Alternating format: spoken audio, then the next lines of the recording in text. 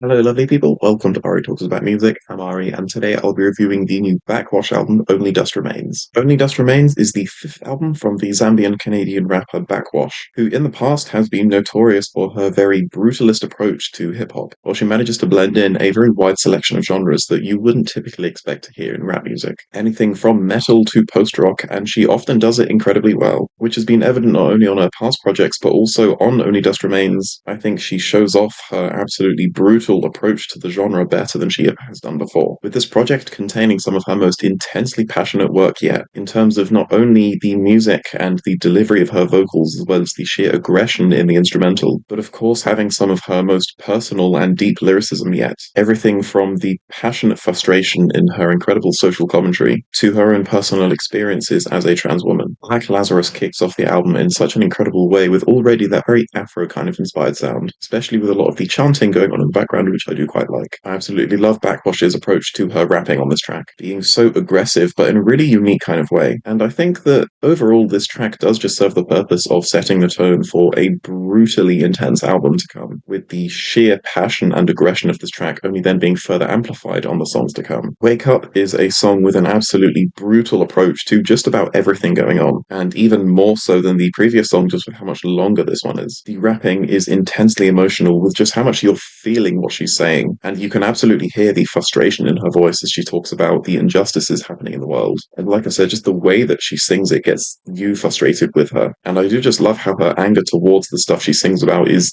that contagious, which in a way does remind me quite a bit of Godspeed You Black Emperor's album from last year, which again just is another project that gets you excited with them towards what they're angry about. Although that one is in a much more solemn and triumphant way, as opposed to this Backwash project, which is in a much more angry and frustrated way. And I think that both of which are absolutely valid ways to be angry at the state of the world. As far as the actual social commentary goes on this song, I do like how simple it almost seems on the surface. Obviously, with the title of the song being Wake Up, and telling people to wake up is not exactly a new concept in song lyrics. And like I said, not only in the sheer rawness of her delivery does she get you more excited than just that, but then just the deeper you look into the lyrics, the more you realize there is going on. And on the music side of things, I do just want to say how much I love the use of a guitar on this song, which is a trope I often like in hip hop when they use guitars like that. But I think particularly for her brand of hip hop, it works so effectively, not only to just enhance the experience of the music, but also to only further back up the absolute aggression in her voice. Undesirable is somewhat of a break, at least on the musical side of things, being overall just a much simpler track and a definitely much needed breather after the intensity of Wake Up. But then on the lyrical side of things, you have a deeply personal song about her own trans experience, delving into other people's perceptions of her and how she doesn't want to owe them anything. I absolutely love the song Ninth Heaven for its incredibly atmospheric backing vocals that are so consistent, and I think they really do just enhance Backwatch's vocals by so much, and just make them all that much more impactful. I also love the build-up on this track again being such a brutalist approach, with pretty much every element of the song not holding back in any way at all. And even that absolutely insane curveball of the drum and bass outro to this song somehow manages to fit in really well. I think just the incredible combination of genres that she's able to blend so far on this album does overall just make some room for some crazy curveballs like this one, and I think just makes them a lot less startling and actually fit in quite well when they do happen. Association is absolutely one of the saddest songs on the album, with a lot of the emotions being just as intense as many of the previous tracks, just without the anger, and that is definitely reflected very well in this song's lyrics, just having a very bleak and depressing outlook of life in general. Although I do love the handful of moments on this track with the much more tongue-in-cheek lyrics, with the commentary surrounding toxic masculinity, especially the brief skit that is used about the oxygen mask, but claiming, oh, you're not gay just because you're using the oxygen mask, which I think is a very real issue that needs criticizing, and I think is always done best when it's done in such a mocking fashion like that. The song History of Violence does feel like the album's overall big statement, and does feel like the track that everything else was leading up to, with just the absolute brutality of this track being even more so than any of the others on the project. Again, just in terms of both the music and the lyrics, nothing on this song holds back. Whether that's the subtle influence of harsh noise or the absolutely intense social commentary that she gives on this song, with some of her absolute best vocals not only of the project but of her entire career. And once again, I think this song, more than any of the others on the album, is just one that gets you frustrated with her about what she's angry about. Stairway to Heaven, I think, is then just a much needed breather that, if nothing else, just helps you recover after such an intensely emotional emotional experience on the song before. But overall, it still is just a great song, even despite its simplicity. And if anything, I do actually kind of wish that this album just had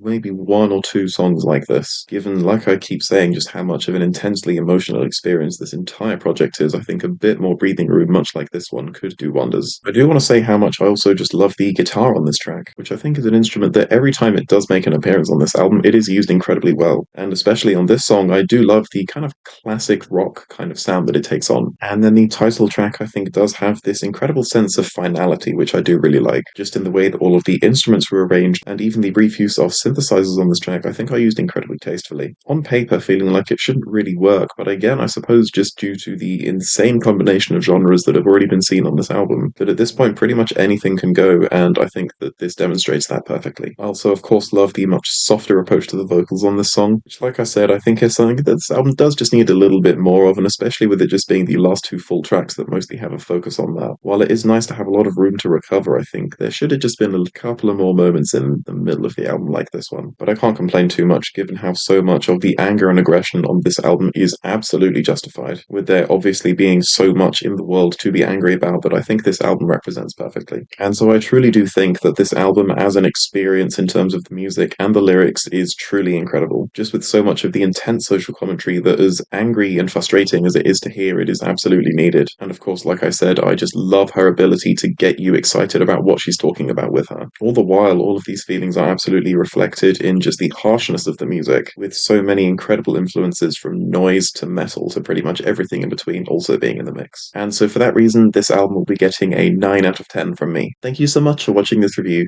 Please be sure to listen to this album yourself and tell me your thoughts below. Please leave a like if you liked the video, and please leave a dislike if you didn't like the video, and remember to stay hydrated.